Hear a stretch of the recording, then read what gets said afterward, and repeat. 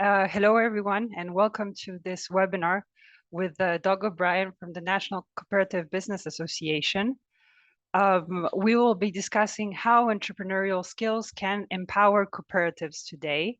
And just right before we start, let me remind you of some basic housekeeping rules. Please keep your mic on mute if you can. We will be having a conversation with Doug O'Brien for half an hour, and then we are going to open the floor for a Q&A session moderated by my colleague Rafael Trapasso. But please, if you have any questions, just put them in the chat and then we will ask Doug. And yeah, that's it for now. Thank you very much and glad to have you here. Thank you, Maria. Perhaps now we should start by introducing our speaker today. We are very lucky to have with us Doug O'Brien, who's the President and CEO of the National Cooperative Business Association, CLUSA International, based in the US. And with him, we will have a conversation about, I think, collaborative entrepreneurship, which is an expression that I really, really like for many reasons. First of all, because, modern entrepreneurs, they have to be collaborative today, but also because there's quite a lot of evidence that shows that entrepreneurs who are collaborative are actually better entrepreneurs. By collaborating, entrepreneurs can also de-risk their own activities. So I'm personally very, very interested to learn more about what Doug has to share with us. So I would start to actually ask Doug to tell us more about his role at NCBA, and also what are the things he's doing to promote collaborative entrepreneurship. Over. Well, thank you.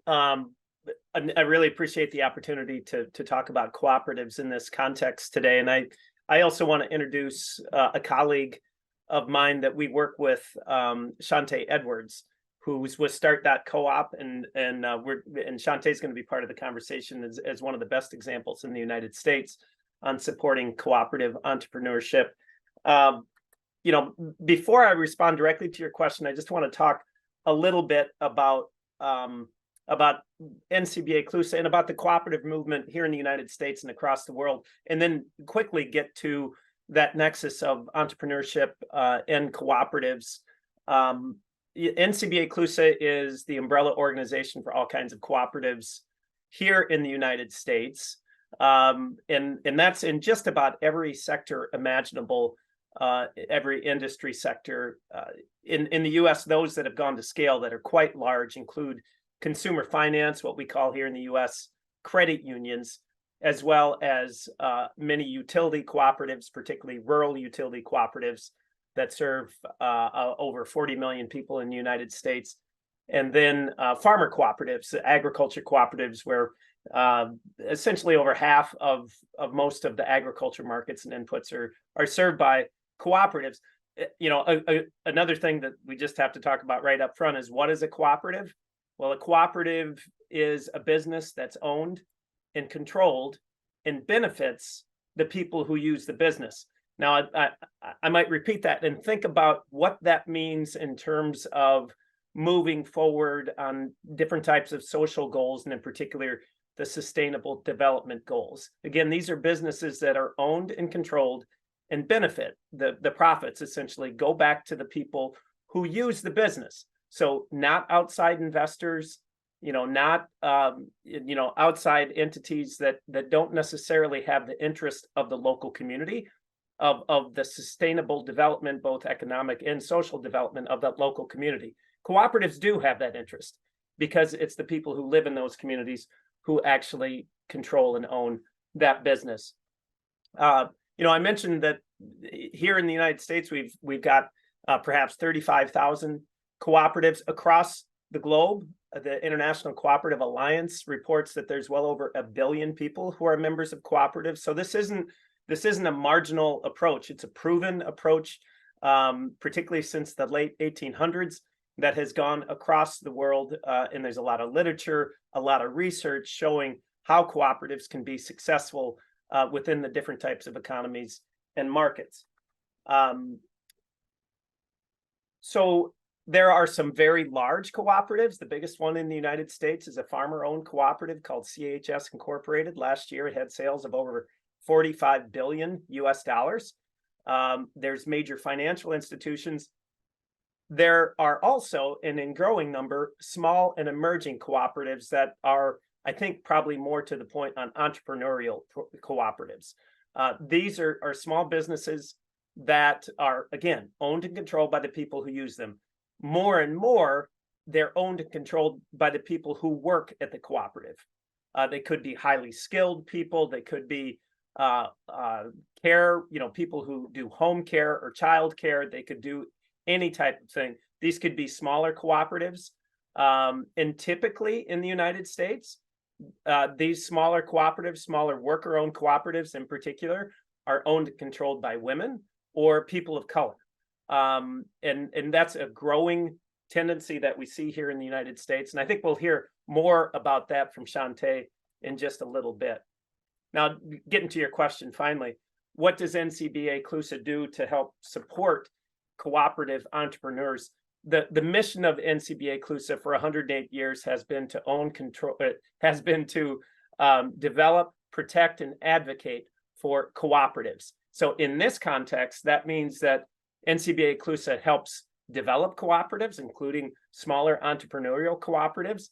We advocate for better policy so that the public policy ecosystem supports people who want to use cooperatives to reach their goals and to solve problems. And then we also lift up and champion cooperatives such as Start.coop, or entities like Start.coop that help cooperatives directly build new businesses. So I think that's the start. And I think in this next question, I'm going to be able to point and hand it off to Shante to talk about some examples. Thank you very much, Doug. Can you also elaborate now a little bit more on what are the specific skills you need to promote this kind of business? Thank you. Sure. So cooperatives can be described in a number of different ways. One way to think about cooperatives, it truly is, they're just a business that has a special type of governance. And that type of governance drives different outcomes. So yeah, they're a business. They need to be profitable. They need to be viable. A typical cooperative does not have sustained support from an outside entity, a subsidy from federal or from a government or a philanthropy. There are examples where that does happen that we could get into, but typically they're a business that needs to act in the market and be successful. They just happen, again, to be owned, controlled, and benefit the people who actually use the business, whether that's workers, whether that's consumers, whether that's producers. So your question of what types of skills do these types of cooperatives need? They need all the skills that other entrepreneurials need, and we can. This group knows what that is. We could list some of those. But the extra thing that cooperatives need, and I want to hand it off to Shante in a little bit, is that they do need a different set of organizational skills because of that governance structure. So Shante, I might hand the baton over to you to talk about the skills that Start.coop helps the startups and the entrepreneurs for cooperatives. Thank you for that, Doug. And I just want to make sure everyone can hear me, right? Okay, well, thank you so much. So when thinking about for Start.coop, first off, Start.coop, as Doug had said, is an entity that supports cooperatives, right? So what we get to do is we have what is called an accelerator program that supports US and Canadian cooperatives to take their business from startup stage to long-term success. And thinking about skills, just as Doug pointed out, we're a business, they're a business, cooperatives are businesses, and governance is one of the biggest pieces because we talk about ownership. And when thinking about ownership, there's that collective connection of community for that shared innovation of learning. So skill set wise, folks are coming in with different levels of skills, but having this shared goal of ensuring that their mission is driven to ensure that their company is successful. Something that we see at Start.coop through our accelerator programs, which for the record, I'm excited about because outside of Start.coop, I'm also a professor at NYU, and I teach a social impact course, right? So we talk about social impact. We talk about how to be intentional with the businesses that you're putting out into the world. And so what cooperatives get to do is typically a lot of folks are falling in those SDG goals. They're falling into the wanting, as Doug said earlier, for healthcare, for home care, poverty, for injustice, and wanting to make a difference. Something though that we face with cooperatives that we're working through, and Start.coop's mission is about, is equity, and that's equity in funding, and really finding a flow for how do you take for growth and traction, right, to support sustainability. And so through cooperatives, it's really around thinking about that long-term success, i.e. sustainability, and really working through those different stages. And we've been fortunate to work with a number of cooperatives through our accelerator program over the past 4 years. And our entrepreneurs are coming from everywhere, you all. So they're coming from beginning stages or middle stages, but a lot of them are in the early stages. And so by the end of the accelerator program, which is typically 12 to 16 weeks, they're leaving with decision-making matrix, which is connected to governance, an ownership model canvas, which is also connected to governance. We're talking about financing, right? And so really getting their ducks in a row so that they can get to the point where incorporation, another piece, right? And so making sure that they're incorporated and being able to get that funding that, unfortunately, and this is coming from me here with Start.coop, we are still working to find that, fine-tune that, right? How to get money for organizations with this shared goal in mind. And I think that kind of, I wanted to also say what's amazing, and I think it was mentioned earlier, is that the thing about working with our entrepreneurs and this collective entrepreneurship is around de-risking, right? So that risk management is one of the major skills. Imagining having folks in the room who are all supportive of, as members and or as owners, to this shared goal, to de-risk the business, to support that sustainability, right? So finding those skill sets from problem solving to connecting and driving. But the biggest piece that we're finding is that growth and traction. How do we ensure that when it comes to marketing, right, getting folks excited about what you're doing and then buying into it and staying around, right? How do we ensure that that's genuine and authentic? And one thing that I can say as I wrap up here is that with the cooperatives that we've been able to experience in the cooperative landscape, everyone is genuine. It's really around doing good with what you have and working together to push forward an initiative of change. Thank you, Shantai. That was really, really interesting. And indeed, yeah, I mean, as I was mentioning before, at the end, connection and connectivity is a very valuable tool for startups to stay afloat. I mean, we know it by the evidence, connection within a country, but also abroad with multiple stakeholders. As you mentioned, once again, it's a way to de-risk. And therefore, typically, the more a startup is connected, the more are the chances for the startup to scale up and actually survive. So what you are doing, I mean, ecosystem builders like you guys are actually helping startups to de-risk and, live in this ecosystem that could allow them to grow faster and grow better. But now, I mean, we perhaps continue our conversation with something that is equally interesting. That is actually the connection of what you are doing. And Shantai has already started, I think, addressing this issue. But what you are doing and the mission of cooperatives and collaborative entrepreneurship and the Sustainable Development Goal agenda. I'm sure that you have seen the landscape evolving very much in this field. So I would like actually to learn more about what's your take on it.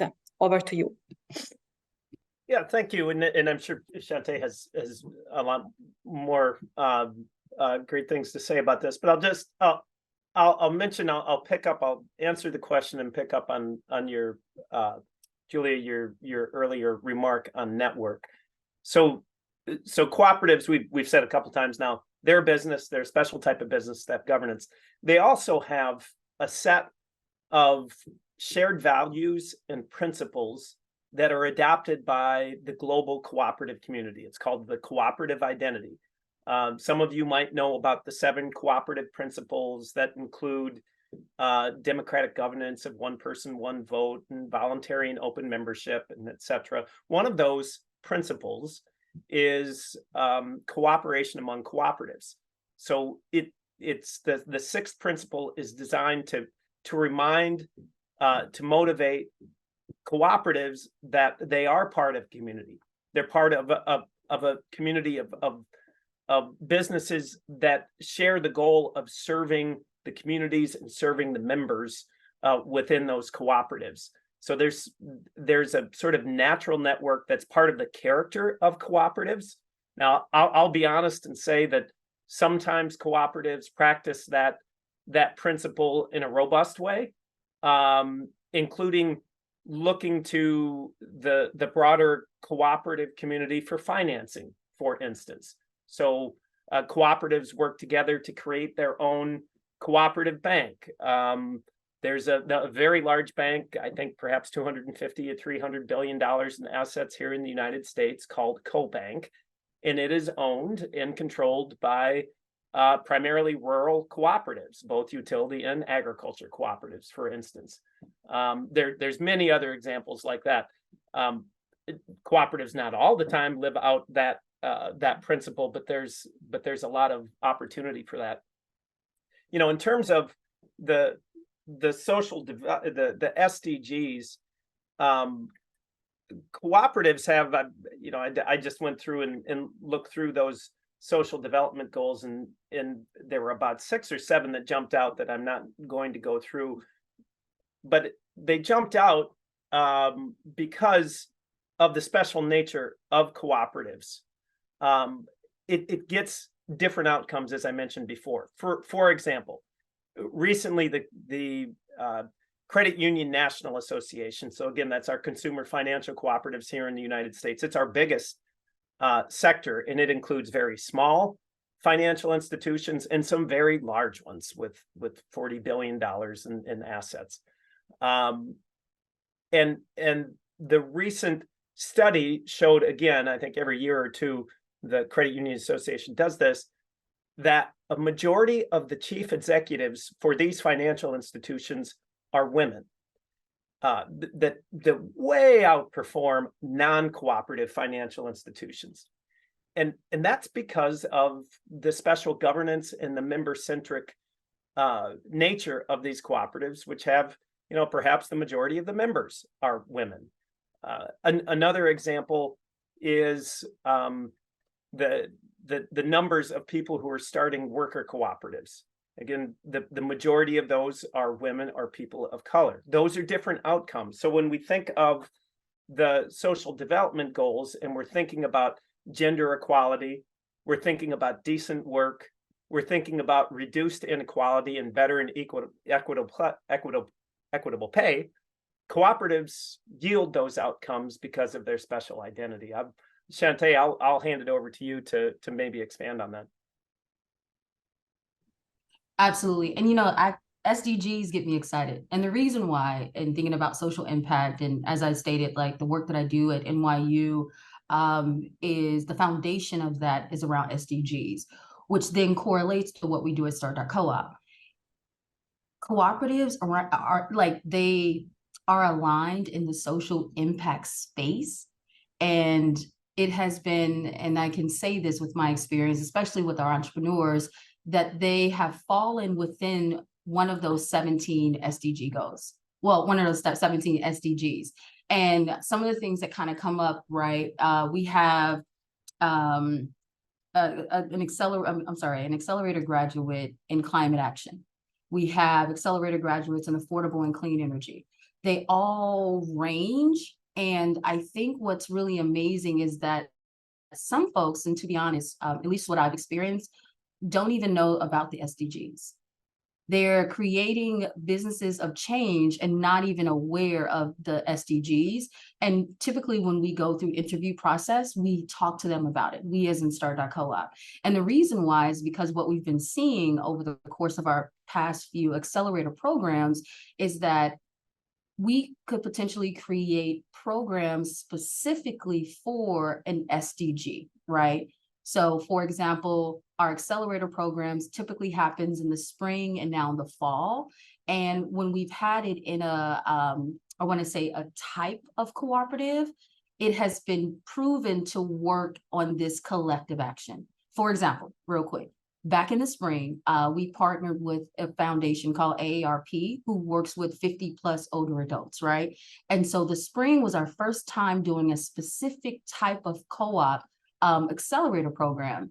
And what we learned was that working with that particular demographic, of course, they had different types of cooperatives. However, they were all coming from a similar demographic and a similar background. And what that created was this unified community of like excitement and support. Because again, they're coming in from early stage. They want to be able to build their businesses to scale, and having a cohort of community members to support that is game changing. The last thing I'll say too, connected to SDGs and experiencing with our entrepreneurs, is that, again, it's almost as if when you think about cooperatives, one member, one vote, one voice. Doug said it earlier in talking about the 7 cooperative principles, that cooperation among cooperation. And forgive me if you all have heard this, right? When they talk about, you know, if you want to go fast, go alone. If you want to go far, go together. And so when we're having that shared goal around innovation and that experience in the cooperative landscape, what your goal is, and again, going back to connecting to the SDGs, when you go together, we can go further. And that's the work that we get to do when it comes to cooperatives.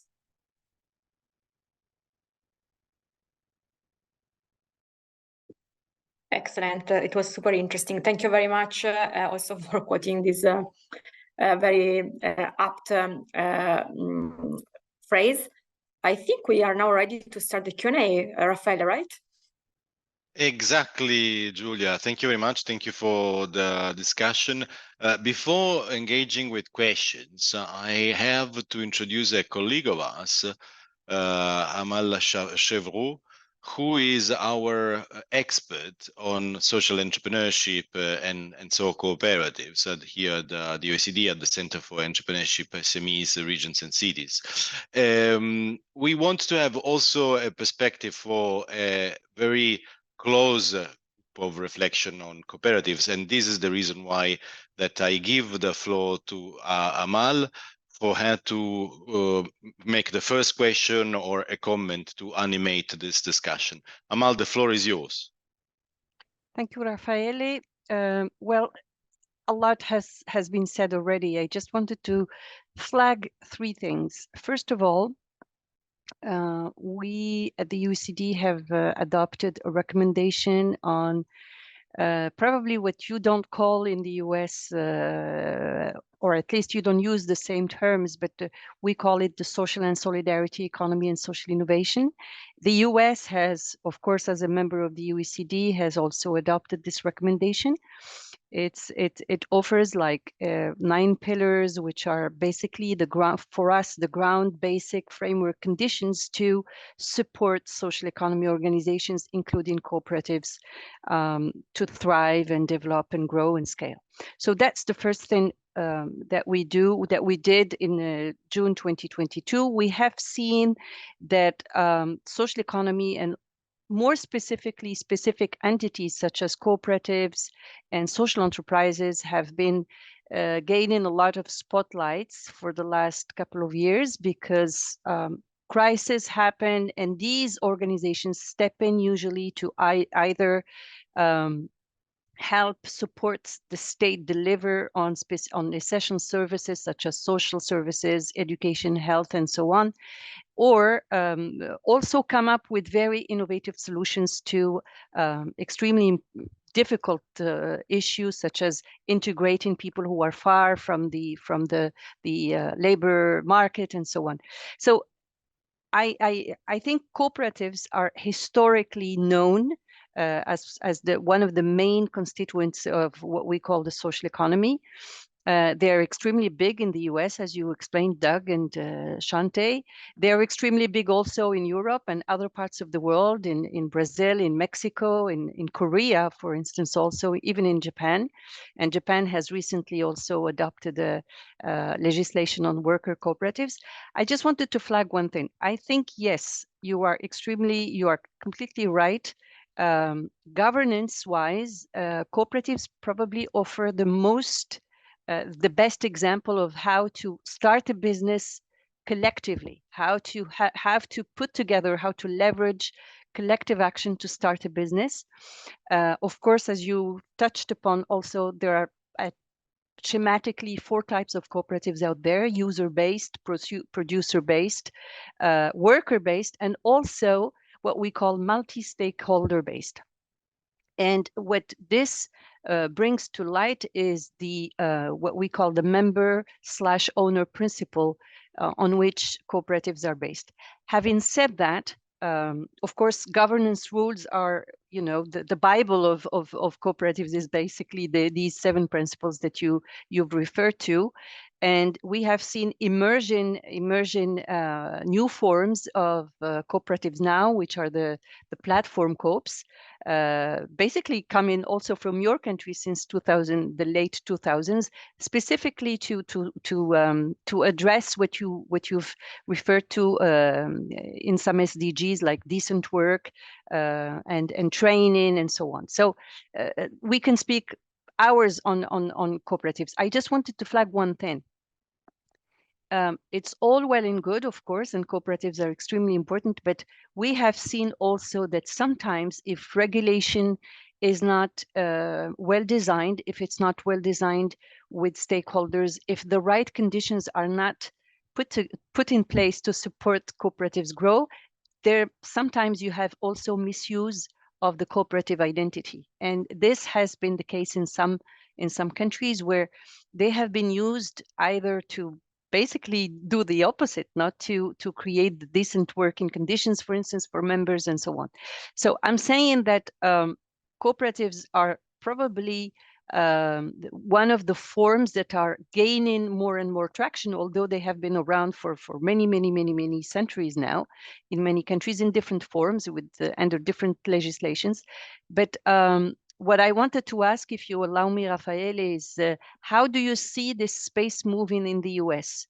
Is it because I know that the dominant type is the rural rural cooperatives, but do you see any new emerging forms of cooperatives and the sectors where they're specializing, other than agriculture and rural? Thank you.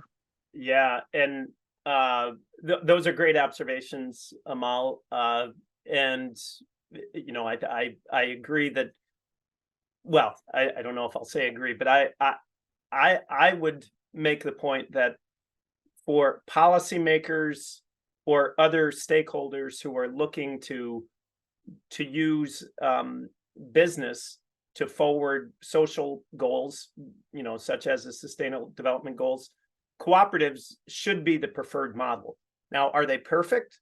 No, they are human institutions that fall within human institutions. If a government wants to allow or even encourage the misuse of a thing that they call a cooperative, but actually wouldn't be a cooperative if it's being misused, it can happen, and there are examples, and we need to be wary of that. But there's many more examples at scale of people-centered businesses that have created more access to the economy, helped people build wealth, created good jobs. What are the emerging sectors, Amal? You asked. The platform cooperatives you mentioned are a global movement. They in New York with the Platform Cooperative Consortium, and there's a link there that where NCBA CLUSA is part of that consortium, is sort of the network. Those are cooperatives that use websites, apps, and other types of protocols for their key means of business. That's growing. That isn't a sector, really. That's just a way, another sort of channel to use cooperatives as opposed to in-person cooperatives, I'd argue. But there's growing interest in that. worker cooperatives are the fastest growing type of cooperatives in the United States. Perhaps the data is not super precise, but there's probably over 1,000 of those right now, and that number has doubled over the last couple of years. We see a lot of interest from policymakers in worker cooperatives, and I think the part of the reason is that policymakers are really interested in making sure that people have an opportunity to own a business and that they have good work. And worker cooperatives really yield those better outcomes. Just a couple other areas where I think that there's some interest, but it's still yet to take off, are home care cooperatives. So that could be for elderly, for disabled people. Closely related are child care cooperatives. There's a real crisis here in the United States on both ends of those spectrums.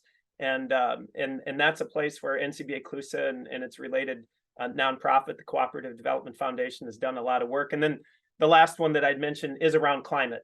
So when we're looking for strategies or tactics on how to really move the ball forward on climate goals, people are looking more and more to cooperatives to be both an effective tool to get better outcomes, and also to make sure that people in local communities have real ownership and franchise and power within that climate solution, as opposed to a climate solution being dictated on the community. Co-ops are a way to make sure that people have a way to really participate and to benefit from it. Shante, I'm sure you've got some other great examples. Just to plus all of what Doug has said, what fascinates me about the emerging sectors and communities is the fact that it's focused on individuals who have either been excluded and or those in which, as Doug had pointed out, with different abilities. And so what I've been able to see, especially with our entrepreneurs, is that focus for those particular communities. And specifically for what we've done at Start.coop, we've made a very, we focused on Black and Brown communities, specifically to support those who have been marginalized given the cooperative structure. Now, also talking about cooperatives from a standpoint of that ownership, those who use their products, those who create their services, this is this like cycling of that generational wealth and opportunity. And so creating more spaces in the different type of sectors actually has been falling around for folks to focus on what it is and what does it look like to change the world, not just from a local standpoint, but also from a global standpoint. And that gets into us thinking bigger, right? As Doug had said earlier, what we're in a part of the ecosystem is that cooperatives are the first choice, right? That's the goal. And cooperatives align with social impact, doing good work collectively.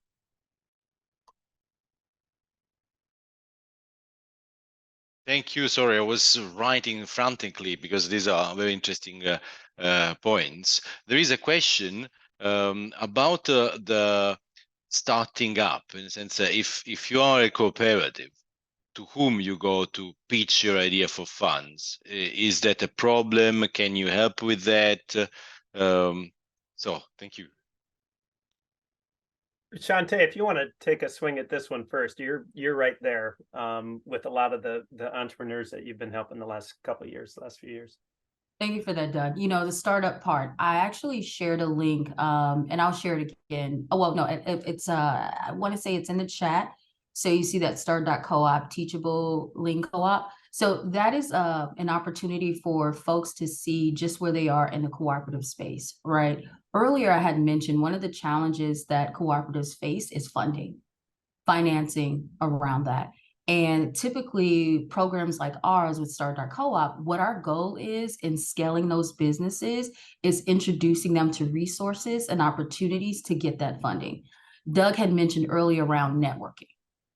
Ecosystem, community, collaborative, those are trending words because those are actually really true in the cooperative landscape. And so being able to start up is really, at least what I've experienced with our entrepreneurs, is getting aligned with a cooperative development organization and or program to support putting one in a position to get that funding and get that support. Doug? Yeah, absolutely. So cooperatives are at a disadvantage in funding in some ways. So they're at a first, like other types of entrepreneurs, the first place you look is for self-funding. Well, a lot of the communities that we're talking about, they do not have capital or finance to invest. For other entrepreneurs, the next place that they might go to, of course, are friends and family, but then they're looking to high risk, high return venture capital to come in and ramp up. High risk, high return capital doesn't tend to like cooperatives. It's not in the cooperative's nature to put capital in the priority position. And in fact, cooperatives put people and the users, the members, the whole governance structure is designed so that the members of the cooperative take priority above outside investors. The result, of course, is that outside investors don't tend to want to flock into a business that they can't control, that they can't extract wealth out of, and that they can't sell at a moment's notice if that's what they intend to do. Cooperatives don't work that way. That's why they're a better business model for the social development goals and otherwise. But that means they have a greater a greater challenge in finding financing sometimes. There is an important ecosystem within the United States. For instance, there's a national cooperative bank. There's a number of cooperatively owned funds or essentially nonprofit funds that focus on cooperatives, like Shared Capital Cooperatives, the Cooperative Fund of New England, and there's many over. Zebras United is a fantastic network of entrepreneurs that work on this question. But there's a lot more that needs to be done to really meet the need, at least here in the United States. I see that Amal has the hand raised. Yeah, I just wanted to add to all this that three things, because that would explain why, as Doug and Shante were saying, it's sometimes difficult for cooperatives to go and get regular funding from conventional sources. First of all, they're member-based, so it's the members who have to bring in they have to chip in first. And depending on the members, all this depends on their capacity to chip in with a lot of money or less money. But usually, first of all, that's an advantage, because that means that a cooperative can be started with not many capital requirements, depending, of course, on regulation and so on. And in many countries have been lowering the threshold of members so that cooperatives can be started easily. So that's the first point. The second is that because of the governance, because of what a principle called asset lock, they're very much viewed as being risky business for conventional financiers. So they have to go to the ecosystem, or they have to go to cooperative banks to get funding. And last but not least is that sometimes it's also cooperative law that maybe not in the United States, but we have seen that in other countries. Sometimes cooperative law is restrictive in terms of getting capital from outside, meaning you can't have somebody just bringing in investment to a cooperative without being part of the governance. So there are now there are countries that are looking into that, and they are bringing what we call investor members. But the constraint here is to, while you're bringing investment into the cooperative, you have to always make sure that it doesn't change the nature of the cooperative itself and the governance system, because governance is exactly at the very heart of why their business model is so unique, which is the one man, one vote, meaning if you bring in 1 million euros and if you bring in €1, it doesn't change in terms of vote in the general assemblies. So that's what I wanted to say. Thank you. Thank you, Amal. I have another question concerning experiencing crowdfunding, crowd investing. If you have experience about that, if you're using these tools. I think there's been there have been some examples of startup cooperatives who've looked at crowd financing. It's not very prevalent, I don't think. I think, you know, some of the it might be just a lack of knowledge how to use, because there are some rather novel, now they've been around for about 10 years in the United States, you know, some policy that allows for that. But I think people are not that aware about it. Also, and I'm saying I'm not an expert on this, I think it gets you right into some of the governance questions that Amal raised, that tension between governance and outside investment, which is a critical one that we wrestle with here in the United States. And Shante, I'm not sure if you know of any particular examples. Yes, I was actually trying to get the link to share. So one of our co-ops from the spring cohort, Artisans, they used crowdfunding to launch their beta marketplace a couple months ago, and it was very, very successful. Mm-hmm. And so what I've seen is that typically folks are doing kind of like a matching service, and Artisans is a co-op that is supporting of artists. And so you had artists who were creating different items to be able to sell. And in those items that they were able to sell, they were able to also be promised a profit. And because of those owners and the members were able to come together, Artisans in itself were very successful. And I want to say their goal was about 50,000, and they reached and exceeded that goal. And so that's one of the more present examples that I have right now. But sometimes with the point around the crowdfunding or crowd financing, it's really around getting people to believe in your business. And as has already been stated already, thinking about the fact that sometimes folks think that cooperatives are risky. So it's kind of taking a chance on that. But crowdfunding is an option. But as Doug just pointed out, it's not as pushed as often because folks are still trying to get folks to buy in to becoming a part of the cooperative. Thank you very much. I mean, this was a very interesting discussion. I want to ask a very last question about your perception, because I'm in Brussels today discussing entrepreneurship, and one of the issues that was discussed was the increasing focus on collaborative entrepreneurship against this idea of competition. Is this something that is emerging also in the US, more focus on collaborative entrepreneurship? Yeah, I think Doug. so. Yeah, Raphael, I think there's definitely an increasing interest in more collaborative entrepreneurship. There's an increasing awareness of the advantages of network that we've talked about. And then, I mean, I know we're almost at time. There's a lot of people that are looking at all kinds of different models, B Corps and social, you know, different type of businesses. And I just want to emphasize, there is a model that is proven, that's in most countries' laws, where there is much literature on how to be successful in a collaborative business, and it's called a cooperative. So I'll just say I really appreciate OECD and in this project making some room for co-ops to be part of this conversation. Shante, I don't know if you want to.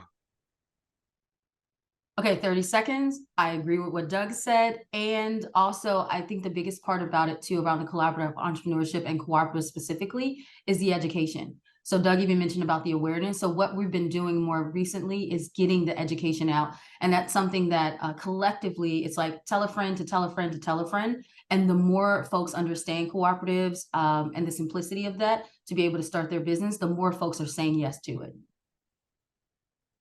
So thank you very much. This was fantastic. The recording of the webinar will be made available soon.